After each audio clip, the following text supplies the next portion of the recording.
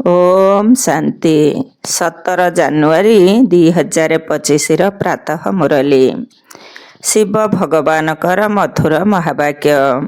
बाबा कहते मिठे बच्चे तुमे माने भारतर अति मूल्यवान सेवक अट। तुमको निजर तन मन धन द्वारा श्रीमत आधार रे एहाकु राम राज्य करबाकू हेब। तुमे माने भारतर अति मूल्यवान सेवक अट। तुमको निजर तन मन धन द्वारा श्रीमत आधार रे एहाकु राम राज्य करबाकू हेब। प्रश्न सच्चा अलौकिक सेवा कौन जहाँकि वर्तमान तुमे पिला माने ही करुछ। सच्चा अलौकिक सेवा कौन जहाँकि वर्तमान तुमे पिला माने ही करुछ।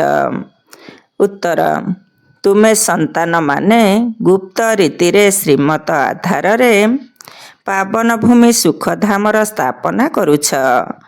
यह ही हेउछि भारतर सच्चा अलौकिक सेवा। तुमे माने बेहद पितांकर श्रीमत अनुसारे समस्तंकु रावणर जेलरू मुक्त करुछ। सेथिपाई तुमे निजे पवित्र होई अन्य मानकु पवित्र करुछ। गीत नयनहीन को राह दिखाओ प्रभु। ओम शांति। हे प्रभु ईश्वर परमात्मा कहिबा आउ पिता कहिबारे केते अंतर रहिछि। हे ईश्वर हे प्रभु कहिबा द्वारा केते सम्मान रही थाए। आउ पुणी तांकु पिता कही थांती। तेबे पिता अक्षर बहुत साधारण। पिता तो अनेक अछंती। प्रार्थना रे मध्य कही थांती हे प्रभु हे ईश्वर। बाबा काहे की कहती नहीं सी तो परम पिता अटंती ना। किंतु बाबा शब्द कहिबा द्वारा दुनिया रे साधारण भावी नेउछंती। किंतु परमात्मा शब्द श्रेष्ठ होई जाउछि। डाकी थांती हे प्रभु नयनहीन को राह बताओ। आत्मा माने कहउछंती बाबा आमको मुक्ति जीवन मुक्तिर रास्ता देखाओ। प्रभु अक्षर केते उच्च। पिता शब्द साधारण अटे। एठारे तुमे जानुछ जे बाबा आसी बुझाउछंती।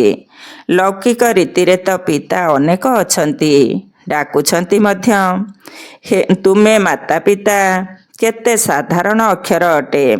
ईश्वर बा प्रभु कहिले भावी थांती जे सीए कौन न करि परिबे। एबे तुमे संतान माने जानिछ जे पिता आसीछंती। बाबा बहुत श्रेष्ठ और सहज रास्ता बताउछंती। बाबा कहउछंती मोर संतान माने तुमे माने रावणर मतरे चाली काम अग्नि रे जली भस्मीभूत होई जाइछ। एबे मु तुमको पवित्र करी घर को नेबा पाई आसीछि। बाबा को एइथि पाई डाकी थांती जे आसी पतितरु पवित्र कर। बाबा कहउछंती मु तुमर सेवा पाई आसीछि। तुमे संतान माने मध्य भारतर अलौकिक सेवारे रहिछ। जेउ सेवा तुम बिना आउ केही करि परिबे नाही। तुमे भारत पाई ही करुछ। श्रीमत आधार रे पवित्र होई भारत को पवित्र करुछ। बापू गांधीजींकर मध्य आशा थिला जे भारत राम राज्य हेउ। किंतु केही मनुष्य तो राम राज्य तैयारी करि परिबे नाही। नहेले प्रभु को पतित पावन कही काहे की डाकंते। एबे तुम संतान मानकर भारत पाई केते प्रेम रहिछि। तुमे ही तो खास भारतर ओ साधारण रूपे सारा दुनियार प्रकृत सेवा करुछ। तुमे जानिछ जे बाबा भारत को पुनर्बार राम राज्य करुछंती जहाँकि बापूजी चाहुथिले। सीए भारतर बापूजी थिले किंतु ये बेहदर अर्थात सारा विश्वर बापूजी अटंती। ये बेहदर सेवा करुछंती। एक कथा तुमे पिला माने ही जानिछ। तुम मानक मध्यरे भी क्रमानुसारे यही निशा रहुछि जे कि आमे राम राज्य स्थापना करिबु। सरकारंकर तुमे सेवक अट। तुमे दैवी सरकार तैयारी करुछ। तुमर भारत पाई केते गर्व रहिछि। तुमे जानिछ जे यह सत्य जुगरे पवित्र भूमि थिला। एबे पतित होई जाइछि। ତୁମେ ଜାଣିଛ ଏବେ ଆମେ ଗୁପ୍ତରେ ବାବାଙ୍କ ଦ୍ୱାରା ପୁନର୍ବାର ପାବନ ଭୂମି ବା ସୁଖଧାମ ତିଆରି କରୁଛୁ। ଆମକୁ ଶ୍ରୀମତ ମଧ୍ୟ ଗୁପ୍ତରେ ମିଳୁଛି। ତୁମେ ଭାରତ ସରକାର ପାଇଁ ହିଁ କରୁଛ। ତୁମେ ଶ୍ରୀମତ ଅନୁସାରେ ଭାରତର ସର୍ବୋଚ୍ଚ ସେବା ନିଜର ତନ ମନ ଧନ ଦ୍ୱାରା କରୁଛ। କଂଗ୍ରେସୀମାନେ କେତେଥର ଜେଲ ଆଦି ଗଲେ। ତୁମକୁ ତ ଜେଲ ଆଦିକୁ ଯିବାର ଦରକାର ନାହିଁ। ତୁମର ତ ଏହା ହେଉଛି ରୁହାନୀ କଥା। ତୁମର ଲଢ଼େଇ ମଧ୍ୟ 5 ବିକାର ରୂପୀ ରାବଣ ସହିତ ହେଉଛି। ଯେଉଁ ରାବଣର ସାରା ପୃଥିବୀ ଉପରେ ଏବେ ରାଜତ୍ୱ ଚାଲିଛି। ଏହା ହେଉଛି ତୁମର ସେନାବାହିନୀ। ଲଙ୍କା ତ ଗୋଟିଏ ଛୋଟ ଦ୍ୱୀପ ଅଟେ। ଏହି ସୃଷ୍ଟି ହେଉଛି ବେହଦର ଦ୍ୱୀପ। ତୁମେ ବେହଦ ବାବାଙ୍କର ଶ୍ରୀମତ ଅନୁସାରେ ସମସ୍ତଙ୍କୁ ରାବଣର ଜେଲରୁ ମୁକ୍ତ କରୁଛ। ଏହା ତ ତୁମେ ଜାଣୁଛ ଯେ ଏହି ପତିତ ଦୁନିଆର ବିନାଶ ତ ହେବାର ଅଛି। ତୁମେମାନେ ଶିବଶକ୍ତି ଅଟ। ଏହି ଗୋପମାନେ ମଧ୍ୟ ଶିବଶକ୍ତି ଅଟନ୍ତି। ତୁମେ ଗୁପ୍ତ ରୀତିରେ ଭାରତର ବହୁତ ବଡ଼ ସେବା କରୁଛ। ଭବିଷ୍ୟତରେ ଏହି ବିଷୟ ସମସ୍ତଙ୍କୁ ଜଣାପଡ଼ିବ। ତୁମର ହେଉଛି ଶ୍ରୀମତ ଅନୁସାରେ ରୁହାନୀ ସେବା। ତୁମେ ଗୁପ୍ତ ଅଟ। ଦେଶର ସରକାର ଏହା ଜାଣେ ନାହିଁ ଯେ ଏହି ବ୍ରହ୍ମା କୁମାର କୁମାରୀମାନେ ନିଜର ତନ ମନ ଧନ ଦ୍ୱାରା ଭାରତକୁ ସର୍ବଶ୍ରେଷ୍ଠ ସତ୍ୟଖଣ୍ଡରେ ପରିଣତ କରୁଛନ୍ତି। ଭାରତ ସତ୍ୟଖଣ୍ଡ ଥିଲା, ଏବେ ମିଥ୍ୟାଖଣ୍ଡ ହୋଇଯାଇଛି। ସତ୍ୟ ତ କେବଳ ଜଣେ ବାବା ହିଁ ଅଟନ୍ତି। ଏହା ମଧ୍ୟ କୁହାଯାଏ ଯେ ଗଡ଼ ଇଜ୍ ଟ୍ରୁଥ୍, ଅର୍ଥାତ୍ ଭଗବାନ ସତ୍ୟ ଅଟନ୍ତି। ତୁମକୁ ଏବେ ନରରୁ ନାରାୟଣ ହେବାର ସତ୍ୟ ଶିକ୍ଷା ଦେଉଛନ୍ତି। ବାବା କହୁଛନ୍ତି କଳ୍ପ ପୂର୍ବେ ମଧ୍ୟ ତୁମକୁ ନରରୁ ନାରାୟଣ କରିଥିଲି। ରାମାୟଣରେ ତ କ'ଣ କ'ଣ କଥା ସବୁ ଲେଖିଦେଇଛନ୍ତି। କହୁଛନ୍ତି ରାମ ବାନର ସେନା ନେଇଥିଲେ। ତୁମେ ହିଁ ପ୍ରଥମେ ବାନର ସଦୃଶ୍ୟ ଥିଲ। ଗୋଟିଏ ସୀତାଙ୍କର ତ କଥା ନୁହେଁ। ବାବା ବୁଝାଉଛନ୍ତି ମୁଁ କିପରି ରାବଣ ରାଜ୍ୟର ବିନାଶ କରାଇ ରାମ ରାଜ୍ୟ ସ୍ଥାପନ କରୁଛି। ଏଥିରେ କୌଣସି କଷ୍ଟ କରିବାର କଥା ନାହିଁ। ସେମାନେ ତ କେତେ ଖର୍ଚ୍ଚ କରୁଛନ୍ତି। ରାବଣର ପ୍ରତିମା ତିଆରି କରି ପୁଣି ତାକୁ ଜଳାଉଛନ୍ତି। କିଛି ବି ବୁଝୁନାହାନ୍ତି। ବଡ଼ ବଡ଼ ଲୋକମାନେ ସବୁ ଦେଖିବାକୁ ଯାଆନ୍ତି। ବିଦେଶୀମାନଙ୍କୁ ମଧ୍ୟ ଦେଖାନ୍ତି, କିନ୍ତୁ କିଛି ବି ବୁଝନ୍ତି ନାହିଁ। ଏବେ ବାବା ବୁଝାଉଛନ୍ତି ତେଣୁ ତୁମ ପିଲାମାନଙ୍କର ମନ ଭିତରେ ଉମଙ୍ଗ ଉତ୍ସାହ ରହିଛି କି ଆମେ ଭାରତର ପ୍ରକୃତ ଆତ୍ମିକ ସେବା କରୁଛୁ। ଆଉ ସାରା ଦୁନିଆ ରାବଣ ମତରେ ଅଛି। ତୁମେ ରାମଙ୍କର ଶ୍ରୀମତରେ ଅଛ।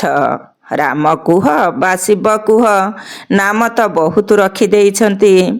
ତୁମେ ସନ୍ତାନମାନେ ଶ୍ରୀମତକୁ ଅନୁସରଣ କରୁଥିବା ଭାରତର ଅତି ମୂଲ୍ୟବାନ ସେବକ ଅଟ।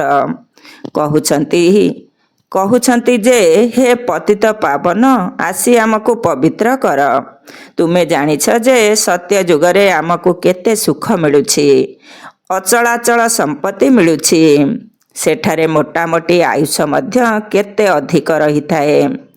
ସେମାନେ ସମସ୍ତେ ଯୋଗୀ ଅଟନ୍ତି, ଆଉ ଏଠାରେ ସମସ୍ତେ ଭୋଗୀ ଅଟନ୍ତି। ସେମାନେ ପାବନ, ଏମାନେ ପତିତ। କେତେ ରାତି ଦିନର ଅନ୍ତର ରହିଛି। କୃଷ୍ଣକୁ ମଧ୍ୟ ଯୋଗୀ କହୁଛନ୍ତି, ମହାତ୍ମା ମଧ୍ୟ କହୁଛନ୍ତି, କିନ୍ତୁ ସିଏ ତ ପ୍ରକୃତ ସତ୍ୟ ମହାତ୍ମା ଅଟନ୍ତି। ତାଙ୍କର ତ ମହିମାରେ ଗାୟନ କରାଯାଏ ସର୍ବଗୁଣ ସମ୍ପନ୍ନ, 16 କଳା ସମ୍ପନ୍ନ। କାରଣ ତାଙ୍କର ଆତ୍ମା ଓ ଶରୀର ଉଭୟ ପବିତ୍ର ଅଟେ। ସନ୍ନ୍ୟାସୀମାନେ ତ ଗୃହସ୍ଥୀମାନଙ୍କ ନିକଟରେ ବିକାର ଦ୍ୱାରା ଜନ୍ମ ନେଇ ପୁଣି ସନ୍ନ୍ୟାସୀ ହୋଇଥାନ୍ତି। ଏହି କଥା ଏବେ ତୁମମାନଙ୍କୁ ବାବା ବୁଝାଉଛନ୍ତି। ବର୍ତ୍ତମାନ ମନୁଷ୍ୟମାନେ ତ ନୀତିଭ୍ରଷ୍ଟ, ଅସାଧୁ, ଦୁଃଖୀ ଅଟନ୍ତି। ସତ୍ୟ ଯୁଗରେ ଦେଖ କିପରି ଥିଲେ। ଧାର୍ମିକ, ନୀତିନିଷ୍ଠ ଥିଲେ। 100% ଧନବାନ ଥିଲେ। ସଦା ସୁଖରେ ରହୁଥିଲେ। ତେବେ ଦେଖ କେତେ ରାତି ଦିନର ଅନ୍ତର ହୋଇଗଲା। ଏହା ତୁମେ ହିଁ ସଠିକ୍ ରୂପେ ଜାଣିଛ। ଏହା କ'ଣ କାହାକୁ ଜଣାଅଛି କି ଭାରତ ସ୍ୱର୍ଗରୁ ନର୍କ କିପରି ହୋଇଛି? ଲକ୍ଷ୍ମୀ ନାରାୟଣଙ୍କର ପୂଜା କରୁଛନ୍ତି, ମନ୍ଦିର ନିର୍ମାଣ କରୁଛନ୍ତି, କିନ୍ତୁ କିଛି ବୁଝୁନାହାନ୍ତି। ବାବା ବୁଝାଉଛନ୍ତି, ଯେଉଁମାନେ ବହୁତ ଉଚ୍ଚ ପଦରେ ଅଛନ୍ତି ବିଡ଼ଲାଙ୍କୁ ମଧ୍ୟ ବୁଝାଇ ପାରିବ। ଏଇ ଲକ୍ଷ୍ମୀ ନାରାୟଣ ଏହି ପଦ କିପରି ପାଇଲେ? ଏମାନେ ଏଭଳି କି ଶ୍ରେଷ୍ଠ କର୍ମ କରିଥିଲେ ଯେ ତାଙ୍କର ମନ୍ଦିର ତିଆରି କରିଛନ୍ତି? ଦେବୀ ଦେବତାଙ୍କ କର୍ତ୍ତବ୍ୟକୁ ନ ଜାଣି ପୂଜା କରିବା ମଧ୍ୟ ପଥର ପୂଜା ଅଥବା କଣ୍ଢେଇ ପୂଜା କରିବା ସହିତ ସମାନ ହୋଇଗଲା। ଅନ୍ୟ ଧର୍ମାବଲମ୍ବୀମାନେ ତ ଜାଣନ୍ତି ଖ୍ରୀଷ୍ଟ ଅମୁକ ସମୟରେ ଆସିଥିଲେ, ପୁଣି ଆସିବେ। ତେବେ ତୁମ ସନ୍ତାନମାନଙ୍କର କେତେ ରୁହାନୀ ଗୁପ୍ତ ଅଭିମାନ ରହିବା ଉଚିତ। ଆତ୍ମା ଖୁସି ହେବା ଉଚିତ। ଅଧାକଳ୍ପ ଦେହ ଅଭିମାନୀ ହୋଇଛ। ଏବେ ବାବା କହୁଛନ୍ତି ଅଶରୀରୀ ହୁଅ, ନିଜକୁ ଆତ୍ମା ବୋଲି ଭାବ। ଆମର ଆତ୍ମା ବାବାଙ୍କ ଠାରୁ ଶୁଣୁଛି। ଅନ୍ୟ ସତ୍ସଙ୍ଗମାନଙ୍କରେ କେବେ ଏପରି ଭାବିବେ ନାହିଁ। ଇଏ ଆତ୍ମିକ ପିତା ଆତ୍ମାମାନଙ୍କୁ ବସି ବୁଝାଉଛନ୍ତି। ଆତ୍ମା ହିଁ ସବୁ କିଛି ଶୁଣୁଛି ନା। ଆତ୍ମା କହୁଛି, ମୁଁ ପ୍ରଧାନମନ୍ତ୍ରୀ ଅଟେ, ମୁଁ ଅମୁକ ଅଟେ। ଆତ୍ମା ଏହି ଶରୀର ଦ୍ୱାରା କହିଲା ଯେ ମୁଁ ପ୍ରଧାନମନ୍ତ୍ରୀ ଅଟେ। ଏବେ ତୁମେ କହୁଛ, ମୁଁ ଆତ୍ମା ପୁରୁଷାର୍ଥ କରି ସ୍ୱର୍ଗର ଦେବୀ ଦେବତା ହେଉଛି। ମୁଁ ଆତ୍ମା, ଏହା ମୋର ଶରୀର ଅଟେ। ଦେହୀ ଅଭିମାନୀ ହେବାରେ ହିଁ ବହୁତ ମେହନତ ଲାଗିଥାଏ। ଘଡ଼ି ଘଡ଼ି ନିଜକୁ ଆତ୍ମା ଭାବି ବାବାଙ୍କୁ ମନେ ପକାଉଥାଅ, ତେବେ ବିକର୍ମ ବିନାଶ ହୋଇଯିବ। ତୁମେ ହେଉଛ ଶ୍ରେଷ୍ଠ ଆଜ୍ଞାକାରୀ ସେବକ। ଗୁପ୍ତ ରୀତିରେ କର୍ତ୍ତବ୍ୟ କରୁଛ, ତେଣୁ ନିଶା ମଧ୍ୟ ଗୁପ୍ତରେ ରହିବା ଦରକାର। ଆମେ ହେଉଛୁ ସରକାରଙ୍କର ଆତ୍ମିକ ସେବକ।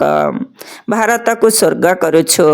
ବାପୁଜୀ ମଧ୍ୟ ଚାହୁଁଥିଲେ ନୂଆ ଦୁନିଆରେ ନୂଆ ଭାରତ ହେଉ, ନୂଆ ଦିଲ୍ଲୀ ହେଉ। ଏବେ ନୂଆ ଦୁନିଆ ତ ନାହିଁ। ଏହି ପୁରୁଣା ଦିଲ୍ଲୀ ଶ୍ମଶାନ ହୋଇଯାଇଛି, ପୁଣି ପରିସ୍ଥାନ ହେବାର ଅଛି। ଏବେ ଏହାକୁ ପରିସ୍ଥାନ କୁହାଯିବ ନାହିଁ। ନୂଆ ଦୁନିଆରେ ପରିସ୍ଥାନ ନୂଆ ଦିଲ୍ଲୀ ତୁମେ ହିଁ ତିଆରି କରୁଛ। ଏହା ବହୁତ ବୁଝିବାର କଥା। ଏହି କଥା ଭୁଲିବା ଉଚିତ ନୁହେଁ। ଭାରତକୁ ପୁନର୍ବାର ସୁଖଧାମ କରିବା କେତେ ଶ୍ରେଷ୍ଠ କାର୍ଯ୍ୟ ଅଟେ। ଡ୍ରାମା ପ୍ଲାନ ଅନୁସାରେ ସୃଷ୍ଟିକୁ ପୁରୁଣା ହେବାର ହିଁ ଅଛି। ଏହା ଦୁଃଖଧାମ ଅଟେ ନା। ଦୁଃଖହର୍ତ୍ତା ସୁଖକର୍ତ୍ତା ଏକମାତ୍ର ବାବାକୁ ହିଁ କୁହାଯାଏ। ତୁମେ ଜାଣିଛ ଯେ ବାବା 5000 ବର୍ଷ ପରେ ଆସି ଦୁଃଖୀ ଭାରତକୁ ସୁଖୀ କରୁଛନ୍ତି। ସୁଖ ବି ଦେଉଛନ୍ତି ଏବଂ ଶାନ୍ତି ମଧ୍ୟ ଦେଉଛନ୍ତି। ମନୁଷ୍ୟ କହୁଛନ୍ତି ଯେ ମନକୁ ଶାନ୍ତି କିପରି ମିଳିବ? ତେବେ ଶାନ୍ତି ତ ଶାନ୍ତି ଧାମ ସୁଇଟ୍ ହୋମରେ ମିଳିବ। ତାହାକୁ କୁହାଯାଏ ଶାନ୍ତିଧାମ। ଯେଉଁଠି ଶବ୍ଦ ନାହିଁ, ଦୁଃଖ ନାହିଁ। ସେଠାରେ ସୂର୍ଯ୍ୟ ଚନ୍ଦ୍ର ଆଦି ମଧ୍ୟ ନଥାନ୍ତି। ଏବେ ତୁମ ସନ୍ତାନମାନଙ୍କୁ ଏହି ସମସ୍ତ ଜ୍ଞାନ ମିଳିଛି। ବାବା ମଧ୍ୟ ଆସି ଆଜ୍ଞାକାରୀ ସେବକ ହୋଇଛନ୍ତି ନା। କିନ୍ତୁ ବାବାଙ୍କୁ ତ ବିଲକୁଲ ଜାଣନ୍ତି ହିଁ ନାହିଁ। ସମସ୍ତଙ୍କୁ ମହାତ୍ମା କହିଦେଉଛନ୍ତି। ବର୍ତ୍ତମାନ ମହାନ ଆତ୍ମା ତ ସ୍ୱର୍ଗ ଦୁନିଆ ବ୍ୟତୀତ ଆଉ କେଉଁଠାରେ ହୋଇପାରିବେ ନାହିଁ। ସେଠାରେ ଆତ୍ମାମାନେ ପବିତ୍ର ଥାଆନ୍ତି, ତେଣୁ ଶାନ୍ତି ସମୃଦ୍ଧି ମଧ୍ୟ ଥାଏ। ଏବେ ପବିତ୍ରତା ନାହିଁ ତ କିଛି ବି ନାହିଁ। ପବିତ୍ରତାର ହିଁ ମାନ ରହିଛି। ଦେବତାମାନେ ପବିତ୍ର ଅଟନ୍ତି, ସେଥିପାଇଁ ତ ତାଙ୍କ ନିକଟରେ ମୁଣ୍ଡ ନୁଆଁଇଥାନ୍ତି। ପବିତ୍ରକୁ ପାବନ, ଅପବିତ୍ରକୁ ପତିତ କୁହାଯାଏ। ଇଏ ହେଉଛନ୍ତି ସାରା ବିଶ୍ୱର ବେହଦର ବାପୁଜୀ। ଏପରି ତ ମେୟରଙ୍କୁ ମଧ୍ୟ ସିଟି ଫାଦର ବା ନଗର ପିତା କୁହାଯାଏ। ସେଠାରେ ଏହିପରି କିଛି କଥା ହେବ ନାହିଁ। ସେଠାରେ ତ ନିୟମାନୁସାରେ ରାଜ୍ୟ ଚାଲେ। ଡାକିଥାନ୍ତି ମଧ୍ୟ, ହେ ପତିତ ପାବନ ଆସ। ଏବେ ବାବା କହୁଛନ୍ତି ପବିତ୍ର ହୁଅ। ତେବେ କହୁଛନ୍ତି ଏହା କିପରି ହେବ? ପୁଣି ସନ୍ତାନ କିପରି ଜନ୍ମ ହେବେ? ସୃଷ୍ଟିର ବୃଦ୍ଧି କିପରି ହେବ? ସେମାନଙ୍କୁ ଏହା ଜଣା ନାହିଁ ଯେ ଲକ୍ଷ୍ମୀ ନାରାୟଣ ସମ୍ପୂର୍ଣ୍ଣ ପବିତ୍ର ଥିଲେ। ତୁମ ସନ୍ତାନମାନଙ୍କୁ କେତେ ବିରୋଧ ସହନ କରିବାକୁ ପଡ଼ୁଛି। କଳ୍ପ ପୂର୍ବେ ଡ୍ରାମାରେ ଯାହା ହୋଇଥିଲା ତାହାର ପୁନରାବୃତ୍ତି ହେଉଛି। ଏପରି ନୁହେଁ ଯେ ଡ୍ରାମାରେ ଯଦି ଥିବ ତେବେ ମିଳିବ ଏହା କହି ଅଟକି ଯିବାର ଅଛି। ସ୍କୁଲରେ ଏପରି ବସି ରହିଲେ କ'ଣ କେହି ପାସ୍ ହୋଇଯିବେ? ପ୍ରତ୍ୟେକ ଜିନିଷ ପାଇଁ ମନୁଷ୍ୟମାନଙ୍କର ପୁରୁଷାର୍ଥ ଚାଲିଥାଏ। ବିନା ପୁରୁଷାର୍ଥରେ ପାଣି ବି ମିଳିପାରିବ ନାହିଁ। ସେକେଣ୍ଡ ପ୍ରତି ସେକେଣ୍ଡ ଯେଉଁ ପୁରୁଷାର୍ଥ ଚାଲେ ତାହା ପ୍ରାରବ୍ଧ ପାଇଁ। ଏଠାରେ ବେହଦର ସୁଖ ପାଇଁ ବେହଦର ପୁରୁଷାର୍ଥ କରିବାର ଅଛି। ବର୍ତ୍ତମାନ ହେଉଛି ବ୍ରହ୍ମାଙ୍କର ରାତି, ଯାହାକି ବ୍ରାହ୍ମଣମାନଙ୍କର ବି ରାତି, ପୁଣି ବ୍ରାହ୍ମଣମାନଙ୍କର ଦିନ ହେବ। ଶାସ୍ତ୍ରରେ ମଧ୍ୟ ପଢ଼ୁଥିଲେ, କିନ୍ତୁ କିଛି ବୁଝୁନଥିଲେ। ଏହି ବ୍ରହ୍ମା ବାବା ନିଜେ ବସି ରାମାୟଣ ଭାଗବତ ଆଜି ଶୁଣାଉଥିଲେ। ପଣ୍ଡିତ ହୋଇ ବସୁଥିଲେ, ଏବେ ବୁଝୁଛନ୍ତି। ତାହା ତ ହେଉଛି ଭକ୍ତି ମାର୍ଗ। ଭକ୍ତି ଅଲଗା, ଜ୍ଞାନ ହେଉଛି ଅଲଗା ଜିନିଷ। ବାବା କହୁଛନ୍ତି, ତୁମେ ସବୁ କାମ ଅଗ୍ନିରେ ପଡ଼ି କଳା ହୋଇଯାଇଛ। କୃଷ୍ଣକୁ ମଧ୍ୟ ଶ୍ୟାମ ସୁନ୍ଦର କୁହନ୍ତି ନା? ପୂଜାରୀମାନେ ଅନ୍ଧ ଶ୍ରଦ୍ଧାଳୁ ଅଟନ୍ତି। କେତେ ଭୂତ ପୂଜା ଚାଲିଛି। ଶରୀରର ପୂଜା ଅର୍ଥାତ୍ ପାଞ୍ଚ ତତ୍ତ୍ୱର ପୂଜା ହୋଇଗଲା। ଏହାକୁ କୁହାଯାଏ ବ୍ୟଭିଚାରୀ ପୂଜା। ପ୍ରଥମେ ଭକ୍ତି ଅବ୍ୟଭିଚାରୀ ଥିଲା। ଏକମାତ୍ର ଶିବଙ୍କର ହିଁ ପୂଜା ହେଉଥିଲା। ଏବେ ତ ଦେଖ କି ପୂଜା ସବୁ ହୋଇ ଚାଲିଛି।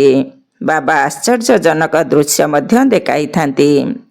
ଜ୍ଞାନ ମଧ୍ୟ ବୁଝାଉଛନ୍ତି। ଆମକୁ କଣ୍ଟାରୁ ଫୁଲ କରୁଛନ୍ତି। ସ୍ୱର୍ଗକୁ ଫୁଲର ବଗିଚା କୁହାଯାଏ। କରାଚିରେ ଜଣେ ମୁସଲମାନ ଜଗୁଆଳି ରହୁଥିଲେ। ସିଏ ମଧ୍ୟ ଧ୍ୟାନରେ ଯାଉଥିଲେ।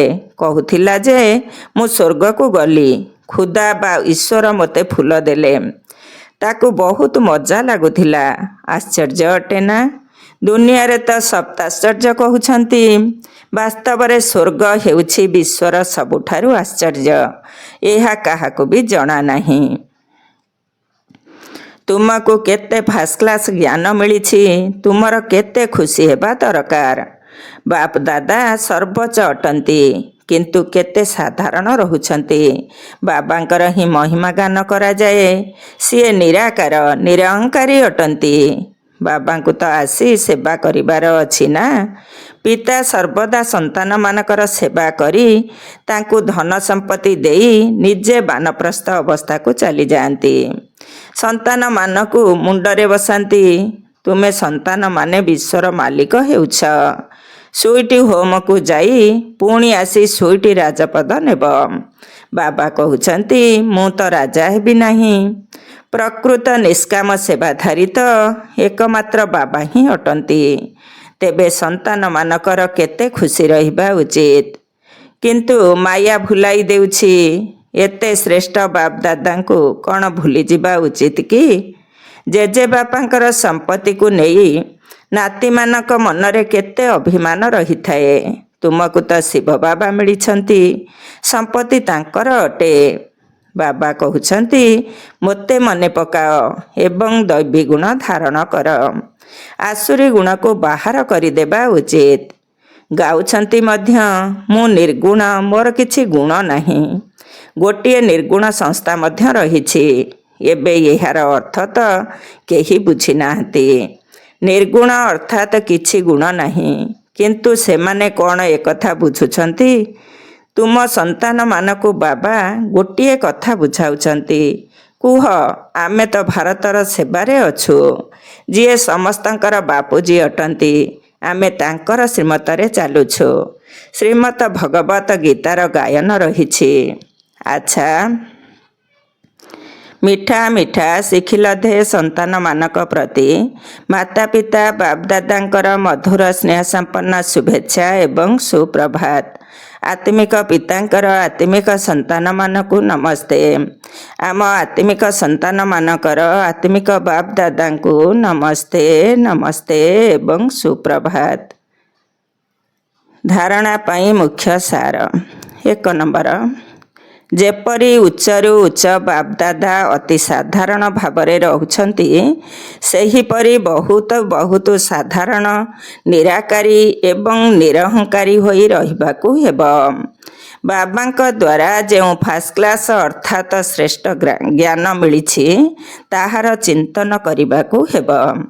2 ନମ୍ବର ଡ୍ରାମା, ଯାହାର କି ଅବିକଳ ପୁନରାବୃତ୍ତି ହେଉଛି। ଏଥିରେ ବେହଦର ପୁରୁଷାର୍ଥ କରି ବେହଦର ସୁଖ ପ୍ରାପ୍ତି କରିବାକୁ ହେବ।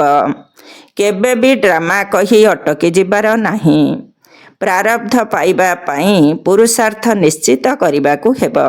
ବରଦାନ, ଅବ୍ୟକ୍ତ ସ୍ୱରୂପର ସାଧନା ଦ୍ୱାରା ଶକ୍ତିଶାଳୀ ବାତାବରଣ ସୃଷ୍ଟି କରୁଥିବା ଅବ୍ୟକ୍ତ ଫରିସ୍ତା ଭବ। ଅବ୍ୟକ୍ତ ସ୍ୱରୂପର ସାଧନା ଦ୍ୱାରା ଶକ୍ତିଶାଳୀ ବାତାବରଣ ସୃଷ୍ଟି କରୁଥିବା ଅବ୍ୟକ୍ତ ଫରିସ୍ତା ଭବ।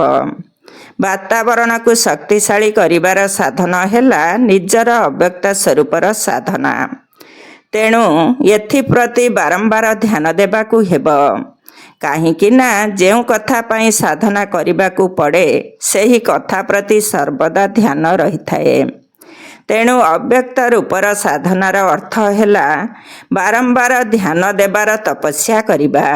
ସେଥିପାଇଁ ଅବ୍ୟକ୍ତ ଫରିସ୍ତା ଭବର ବରଦାନକୁ ସ୍ମୃତିରେ ରଖି ଶକ୍ତିଶାଳୀ ବାୟୁମଣ୍ଡଳ ସୃଷ୍ଟି କରିବାର ତପସ୍ୟା କର। ଏହାଦ୍ୱାରା ତୁମ ସମ୍ମୁଖକୁ ଯିଏ ବି ଆସିବ ସେ ବ୍ୟକ୍ତ ଏବଂ ବ୍ୟର୍ଥ କଥାବାର୍ତ୍ତା ଠାରୁ ଊର୍ଦ୍ଧ୍ୱକୁ ଚାଲିଯିବ। ସ୍ଲୋଗାନ, ସର୍ବଶକ୍ତିମାନ ବାବାଙ୍କୁ ପ୍ରତ୍ୟକ୍ଷ କରିବା ପାଇଁ ନିଜର ଏକାଗ୍ରତାର ଶକ୍ତିକୁ ବଢ଼ାଅ। ସର୍ବଶକ୍ତିମାନ ବାବାଙ୍କୁ ପ୍ରତ୍ୟକ୍ଷ କରିବା ପାଇଁ ନିଜର ଏକାଗ୍ରତାର ଶକ୍ତିକୁ ବଢ଼ାଅ।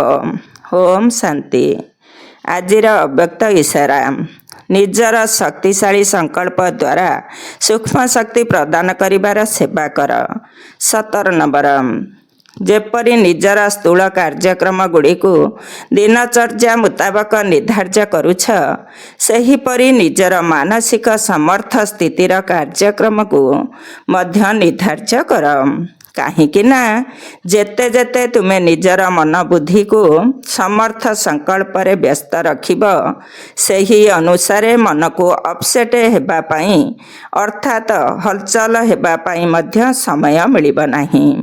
ତେବେ ମନ ଯଦି ସର୍ବଦା ସେଟ୍ ରହିଥିବ ଅର୍ଥାତ୍ ଏକାଗ୍ର ରହିଥିବ, ତେବେ ତାହାଦ୍ୱାରା ଆପେ ଆପେ ଚାରିଆଡ଼େ ଶୁଦ୍ଧ ପ୍ରକମ୍ପନ ଖେଳିଯାଇଥାଏ ଏବଂ ଆପେ ଆପେ ସେବା ହୋଇଥାଏ। ଓମ୍ ଶାନ୍ତି।